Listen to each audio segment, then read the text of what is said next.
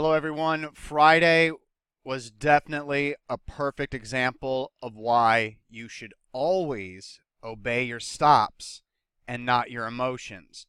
So, yesterday, following the sell off, I made mention in my analysis that, and I posted on Twitter, hey, my long positions personally look pretty damn good. My top holdings.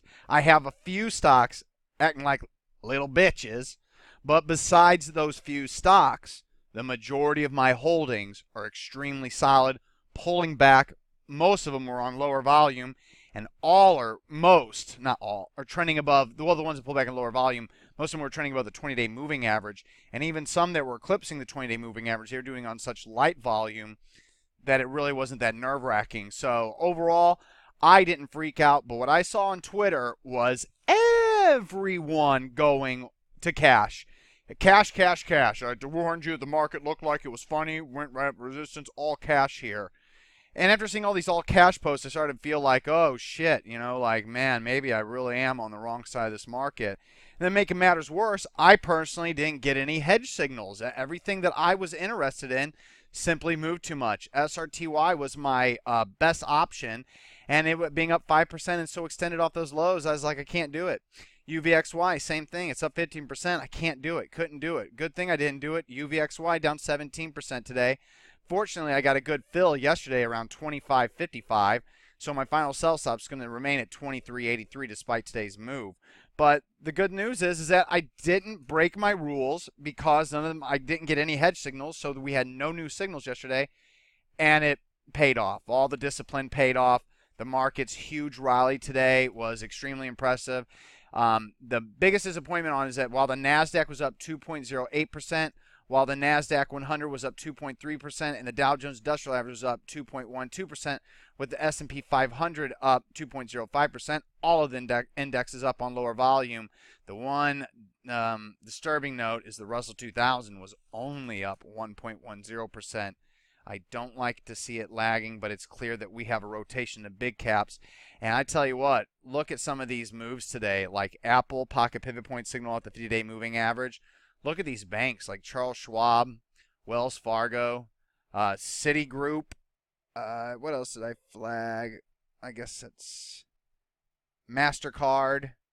God, I have to use my memory because I'm not prepared making this video. And Boeing was one. Gosh, the Visa then would have been one with MasterCard also. But you can see Boeing, all of these names that I bring up. See, what did BAC do today, by the way? Oh, it also had a pocket pivot point signal.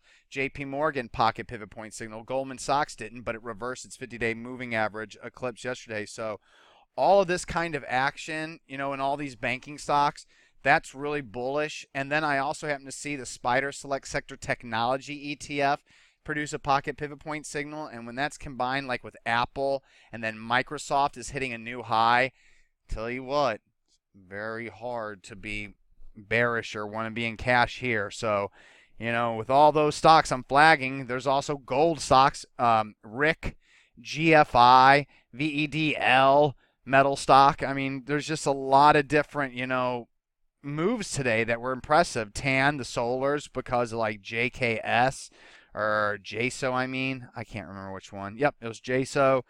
God, my memory's solid today. So overall, just a really, really good day. And some names I'm going to pass on that I remember is GoDaddy, and the best one probably NLST. So NLST, that one is the best looking that I'm going to pass. And the reason why is because the 20-day moving average, as you see here, is pretty far away. I'd want to see it closer to take a long in a stock that's up 12% in one day. But before we get to the longs, let's go over the sells. FRM, final full sell stop was hit intraday yesterday, but it eclipsed it on an end-of-day basis today, closing below 781. So FRM is a full sell. And the only really disappointing name in my personal holdings today, besides ANFI, which technically still hasn't even triggered a sell stop, is CHFN, pure failure. Only stock that outright failed today. But also, BNCN is closing below the 20-day moving average on above average volume. Going to go ahead and put half the sell stops there. The other final sell stop is going to remain right here. I know that's tight on this position, and it'll probably cost me, but there's probably going to be better movers in this one, so I don't mind getting knocked out of it. ALRM, I'm going to go ahead and keep my final sell stop below just here, but technically it's closing below its 20-day moving average, triggering a 50% sell signal. I'm still going to just have my one final stop below the low of day of the signal day because it's cutting hairs, moving it up to even 1687, and with my luck, I'll probably get shaken out. Speculative long ELMD, closing below 20-day moving average on heavy volume, 50% sell, and then EHIC, ugly reversal, closing below the 20-day moving average, 50% sell. Final sell stop should be moved up to today's low of day, 1261. But besides that, everything else looked good.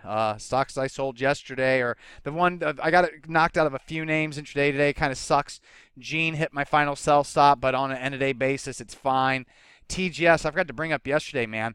I don't know what happened, but I had 190 shares at TGS, checked my orders, had 190 shares at my stop. My stop got hit yesterday, but I looked at my order log, and it showed that TGS still had I still had one share of TGS.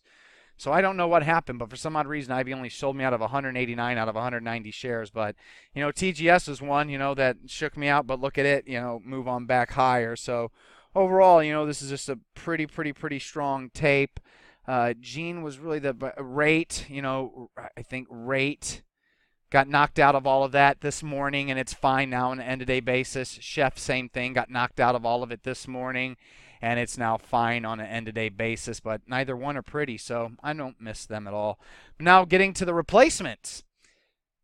Smith & Wesson Holding. Listen, the United States is freaking crazy. Absolutely insane gun nuts. I'm sorry. Having a gun, a rifle makes sense. Owning 500, you're a Looney Tune. Bottom line.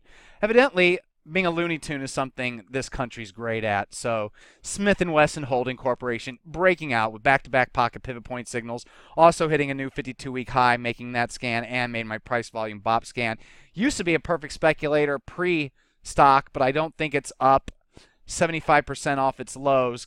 If it's or 100%, but I don't know why it's not in the. Oh, no, it wasn't. What am I? I'm crazy. This stock was never. It must have been RGR. RGR was the perfect speculator name. Smith & Wesson never was. My apologies. But Smith & Wesson, can slim, price volume BOP, new high scan. It's a new long. Clearly, an excellent new long position. CRM, recent earnings winner. Can slim quality name, and in my new 52-week highs on above average volume scan, this is also a new long. NPTN, the more speculative new long. This one is a can slim quality name. Also in my price volume BOP scan, this is one of the better moves today with the BOP volume and price surge overall. So NPTN is a new long.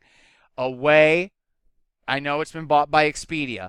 Expedia is a perfect speculator pre-scan name. Right now, I don't think it's qualifying for it, but if it moves up to its old highs, it'll requalify. But Away was bought out by them, but you know what? I just want to focus on the Away chart. If it becomes EXP later on, great. I'd be more than happy to be long EXP because if Away's moving up, that means EXP is moving up. As you can see, it's the same damn chart pattern. But Away is producing the signal, so I'm going long Away. Away was also confirmed in the price volume BOP scan. And then also EPAM, can slim quality name and a pre-perfect speculator quality name. It produced a pocket pivot point signal yesterday, following through today, even with the lower volume. The PPP signal from yesterday remains true. So now getting to the percentages. EPAM, 2% for being can slim, perfect speculator. SWHC, you can either do 2.5 for being can slim and 0.5 for being confirmed in the other scan, or 2 for can slim, 1 for the other scan. So either way you look at it, SWHC is going to be a 3% position. CRM is going to be a 3% position. Away is going to be a 3% position. And NPTN is going to be a slightly less than 3% position. Whatever, like if it's, I think it's going to be like slightly like, whatever it is going to be over 2,000 shares. I'm bringing it back down to an even 2,000 shares. So it's a block buy of 2,000 shares for me. It's not going to be 2,027 or whatever. It's getting rounded down. And then there is one more new long position, but it's speculative, so be careful. I'm only going to consider it a 2% long position because it's thin. Can slim quality only. Obviously, if it traded more volume, it would clearly be a price volume BOP, quality confirmation stock, but it's not. So VBTX, 2% only speculative. All of these names this evening are can slim. Have a great weekend, everyone.